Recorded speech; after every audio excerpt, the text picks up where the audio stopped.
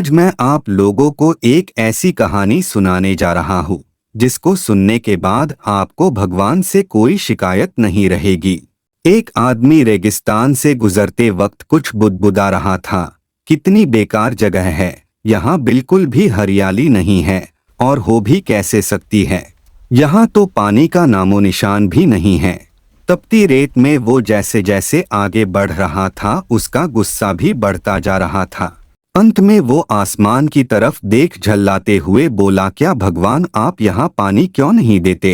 अगर यहाँ पानी होता तो कोई भी यहाँ पेड़ पौधे उगा सकता था और तब ये जगह भी कितनी खूबसूरत बन जाती।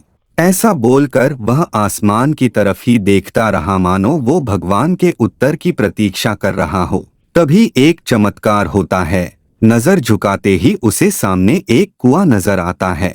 वह उस इलाके में बरसों से आ जा रहा था पर आज तक उसे वहां कोई कुआं नहीं दिखा था। वह आश्चर्य में पड़ गया और दौड़कर कुएं के पास गया। कुआं लबालब पानी से भरा था। उसने एक बार फिर आसमान की तरफ देखा और पानी के लिए धन्यवाद करने की बजाय बोला, पानी तो ठीक है लेकिन इसे निकालने के लिए कोई उपाय भी तो होना चाहिए। उसका ऐसा कहना था कि उसे कुएं के बगल में पड़ी रस्सी और बाल्टी दिख गई। एक बार फिर उसे अपनी आंखों पर यकीन नहीं हुआ।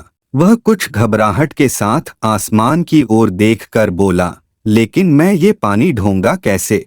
तभी उसे महसूस होता है कि कोई उसे पीछे से छू रहा है। पलटकर देखा तो एक ऊंट उसके पीछे खड़ा था।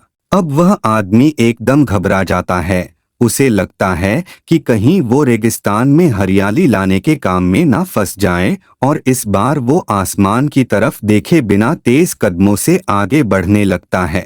अभी उसने 2-4 कदम ही बढ़ाया था कि उड़ता हुआ पेपर का एक टुकड़ा उससे आकर चिपक जाता है।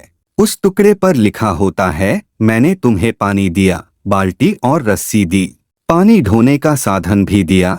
अब तुम्हारे पास वो हर एक चीज है जो तुम्हें रेगिस्तान को हरा भरा बनाने के लिए चाहिए। अब सब कुछ तुम्हारे हाथ में है।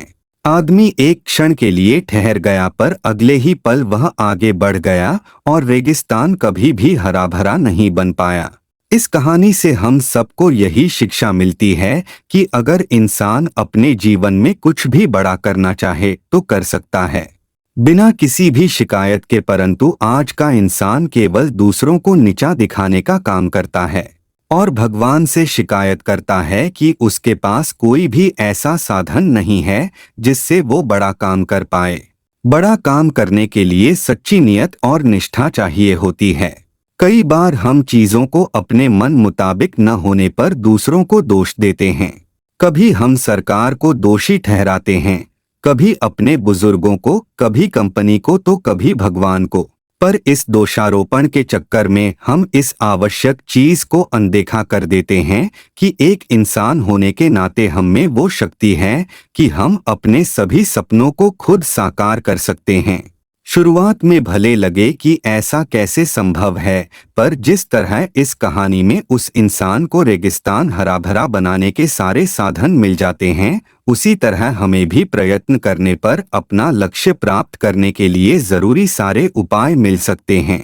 पर समस्या ये है कि ज्यादातर लोग इन उपायों के होने पर भी उस आदमी की तरह बस शिकायतें करना जानते हैं, अपनी मेहनत से अपनी दुनिया बदलना नहीं। तो चलिए आज इस कहानी से सीख लेते हुए हम शिकायत करना छोड़ें और जिम्मेदारी लेकर अपनी दुनिया बदलना शुरू करें, क्योंकि सचमुच सब कुछ तुम्हारे हाथ में है।